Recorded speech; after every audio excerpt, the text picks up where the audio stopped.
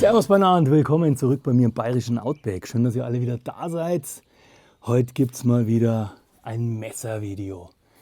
Ihr wisst ja, dass ich zusammen mit Andi Gewald Messerwerkstatt, ist unten verlinkt, so historische, mystische Messer nachbaue.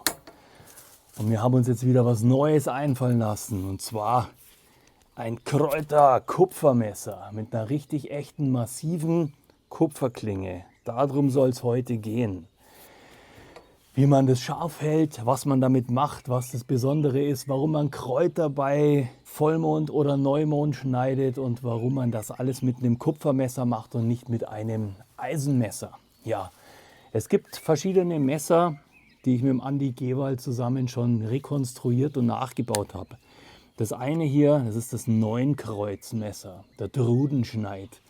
Das wahrscheinlich bekannteste bayerische mystische Messer, ein Abwehrmesser gegen die Drut und gegen böse Geister und so weiter. Habe ich euch ein Video dazu gemacht, gibt es da oben, steckt man in den Türstock oder in das Kopfteil von seinem Bett und dann beschützt es einen vor der Drut und vor anderen bösen, nächtigen Aufsitzergeistern. Ja, hier richtig schöne Sachen machen wir mit dem zusammen. Dann der Raubeischelschneid, da gibt es auch ein Video dazu, das ist auch da oben verlinkt. Das hilft auch vor bösen Geistern und Alpendämonen. Auch ein wunderschönes Teil, das trägt man wie ein Amulett, trägt man das um den Hals herum. Ich habe es jetzt nicht umhängen, weil sonst stößt die ganze Zeit ans Mikrofon und dann nervt es euch und mich. Hier mit einem kleinen Amulett aus 5 Sarg- oder Hufnägeln. Die sind jetzt aus Gold in dem Fall. Das ist so die Luxusversion, weil Gold gleich nach Kupfer am allermeisten vor Dämonen schützt. Ihr wisst ja, wie das ist. Ja, worum geht's heute? Ich versuche immer diesen schmalen Grat zwischen echtem Wissen und Mystik und Esoterik mit euch gemeinsam zu finden. Und das ist manchmal gar nicht so einfach. Und ich bin ja da eher so der Pragmatische und berufe mich auf Sachen, die mir die Alten oder die Großeltern oder so erzählt haben. Mystische Überlieferungen, in denen meistens dann doch zum Schluss deutlich mehr Wahrheit steckt, als man so meint. Ja, und da kommen wir dann hier bei dem Kräutermesser an. Dieses Messer ist das Kräutermandel. Es geht noch ein bisschen schwer raus, weil es eine Steckscheide ist, aber das ist auch der Sinn der Sache. Man sieht hier, das hat auch eine ziemlich weiche, geklopfte Klinge. Darum bleibt es da richtig gut in der Hülle drinnen.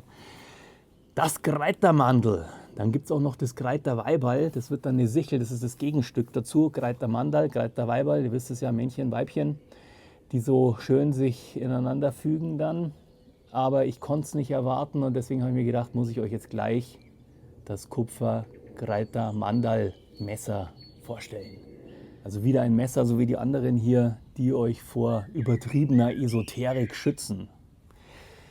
Ja, grundsätzlich zum Wurzeln und Kräutersammeln. Wurzeln schneidet man bei Neumond. Dafür ist hier dieser Wurzelkratzer.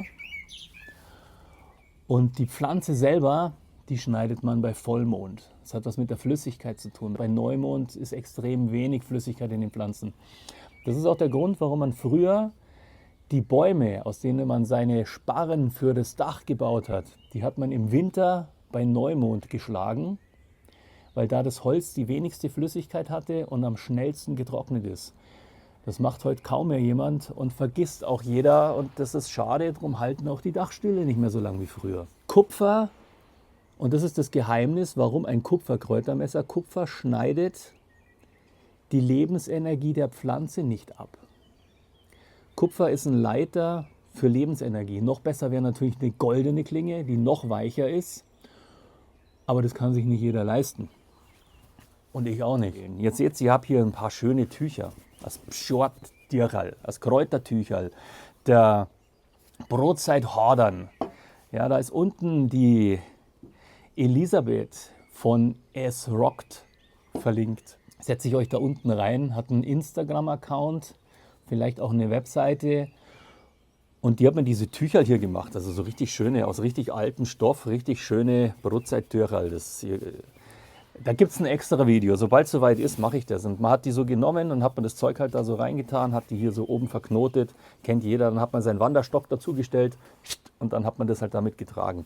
Das ist das Pschortdürral oder das Brotzeitdürral oder der Kräuterhordern. Ja, die macht richtig schöne Sachen. Also die macht nicht nur Tücher, sondern die macht halt auch richtig coole Dirndl. Also wer so ein richtig maßgeschneidertes, ausgefallenes, anderes Dirndl will, soll sie unten besuchen. Richtig nette Person, richtig cooler Laden und natürlich wieder echte Handwerkskunst, so wie es halt hier zum Messer und zu dem ganzen Zeug auch gehört.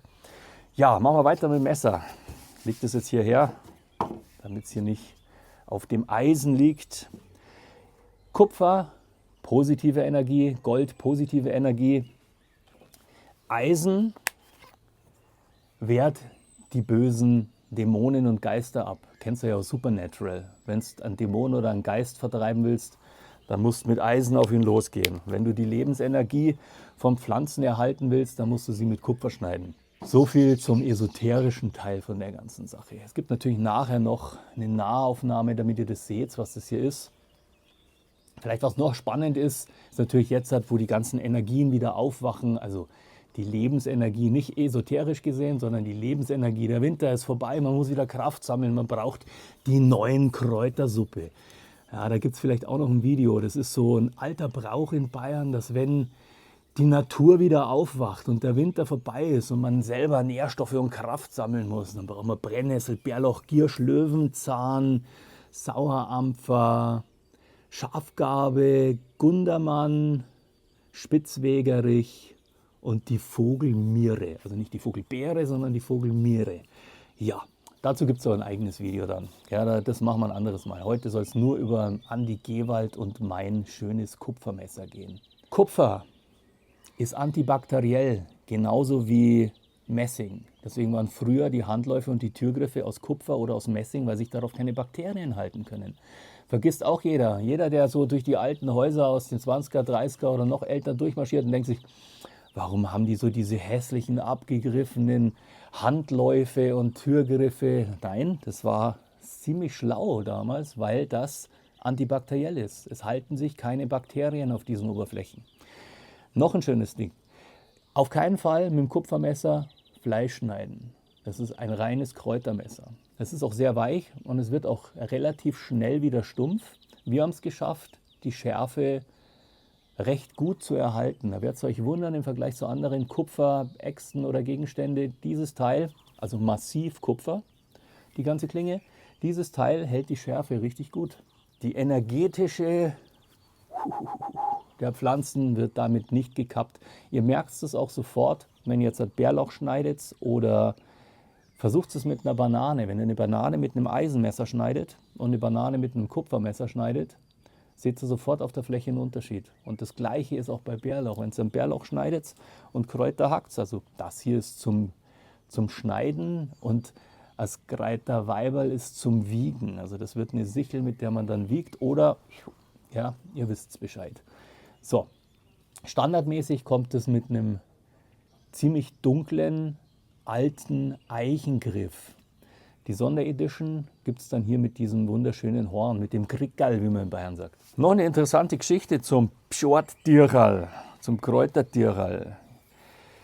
Man hat es früher dabei gehabt, das hatte man dann über die Schulter hängen oder wie auch immer. Und wenn man dann marschiert ist im Frühtau, ja, man hat die Sachen im Tau geschnitten, weil das natürlich auch wichtig war, weil der Tau auch nochmal die Energie und die Flüssigkeit der Pflanze bildet. Und dann hat man natürlich auch den ein oder anderen Schwammerl gefunden.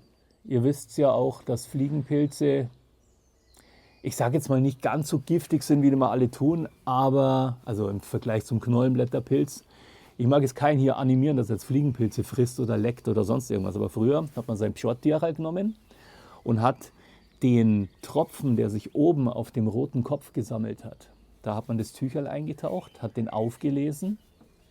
Ja, der Feentau oder Zwergenwein oder der Pilzologe, der wird sagen, der Gutationstropfen.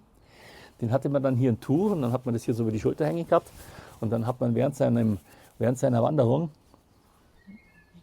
hat man den in den Mund genommen und hat an diesem Gutationstropfen des Fliegenpilzes gelutscht und das hat dann so ein bisschen psychoaktive ausgelöst. Man muss immer vorsichtig sein bei YouTube, dass das nicht gleich jeder dann hier... Also nicht Fliegenpilze fressen, nicht daran rumlecken, ich erzähle euch nur alte Geschichten. Und dann waren sie halt ein bisschen psychoaktiv. Vielleicht kommt daher auch die Geschichte von der Irrwurz, dass wenn man dann auf die Irrwurz steigt, dass man dann nicht mehr aus dem Wald rausfindet und dann plötzlich alles spiegelverkehrt ist und so weiter. Wer weiß, vielleicht hat das damals irgendwas mit dieser Fliegenpilzgeschichte zu tun gehabt. Ja, zurück zu diesem wunderschönen Messer, um das es ja gehen soll. Ich habe es euch ja schon gesagt, dieses Messer, also diese Klinge aus Kupfer, die ist natürlich viel weicher als eine Stahlklinge. Wie bekomme ich die auf meinen Wanderungen wieder scharf? Da gibt es einen alten Trick, den verrate ich euch jetzt. Und zwar nehmt ihr euren Gürtel, einen echten Ledergürtel. Also wichtig ist immer, dass das ganze Zeug echt ist. Ja? Ihr nehmt den Ledergürtel und von dem Ledergürtel nehmt ihr die innere speckige Seite, legt euch das hierher und auf dieser speckigen Seite fahrt ihr mit dem Messer Klinge abwärts. So. Und ihr werdet es nicht glauben, wenn ihr das macht, wird diese Kupferklinge wieder scharf. Ihr zieht die praktisch so ab. Ganz wichtig ist, 25 Grad Winkel sowas. Also der Insider würde wieder sagen 27,9 Grad. Kennst den alten Witz? 90 Grad, 45 Grad, 25 Grad. So. Und so zieht er das Messer mit dieser Klinge hier schön drüber. Und zwar vom Ledergürtel weg. Auch die Oberfläche vom Kupfer, die ist natürlich empfindlicher. Das heißt, die wird langsam eine Patina bekommen. Dem einen gefällt es, dem anderen gefällt es nicht. Ich denke, dass so eine Kupferpatina schon was Schönes ist. Und sie ist nicht giftig, das wisst ihr ja auch alle. Also so bekommt ihr euer Kupfermesser wieder scharf. Ihr zieht es hier über die Rückseite von dem Gürtel, also über die raue, speckige Seite. Und das macht es so lang, bis dieser Grat steht und nicht umfällt. Also ihr dürft natürlich dann auch nicht zu steil reingehen, weil wenn es zu steil reingeht, dann kippt ihr den Grat wieder um. Ihr kennt das beim Messer, da funktioniert das mit dem Schleifstein genauso. Wenn ihr das abzieht, irgendwann kippt der Grat um. So, immer im 25 Grad Winkel, bisschen üben und dann habt ihr ein Messer, das wieder richtig, richtig scharf ist. Ja, ich mache jetzt hier keinen Schneidetest, weil mir das immer viel zu blöd ist. Und dann so die Papier und dann schneidet ihr Papier. Das ist ein Kräutermesser. Ja, das ist kein Kampfmesser. Und das Schöne ist, wenn das Kruckerl hier so gebogen ist, dann liegt das so richtig schön in der Hand. Und, wie gesagt, Wurzeln kratzen, Kräuter schneiden. Wurzel Neumond, Kräuter Vollmond. Ja, damit haben wir mal wieder so die ganzen uralten, schönen Traditionen zusammengefasst. Viele heidnische Bräuche, die dann von der Kirche wieder eingefangen und umgeändert wurden, so wie die neuen Kräutersuppe, die Gründonnerstagssuppe ist das jetzt heutzutage. Die Nein-Kräutersuppen.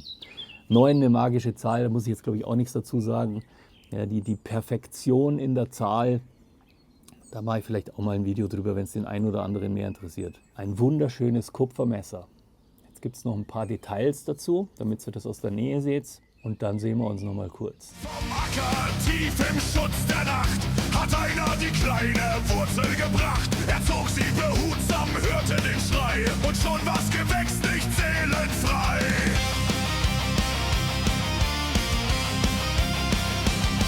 Er wusch sie in Milch und bettete fein, wickelt sie sorgsam in Leinen ein, füttert mit Brot und Tropfen vom Wein und glaubte, das Glück wird nun ewig sein.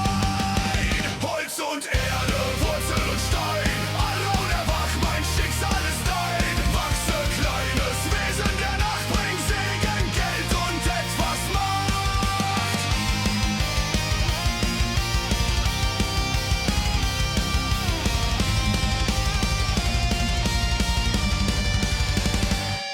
Doch eines Tages vergaß er die Pflicht, kein Traum. Ja, der Andi Gewald, unten verlinkt. Den lege ich zur Seite, dass mir die Hose nachher nicht runterrutscht und ich es nicht merke. Andi Gewald, unten verlinkt, ein Meister seines Handwerks. Dem macht es richtig Spaß.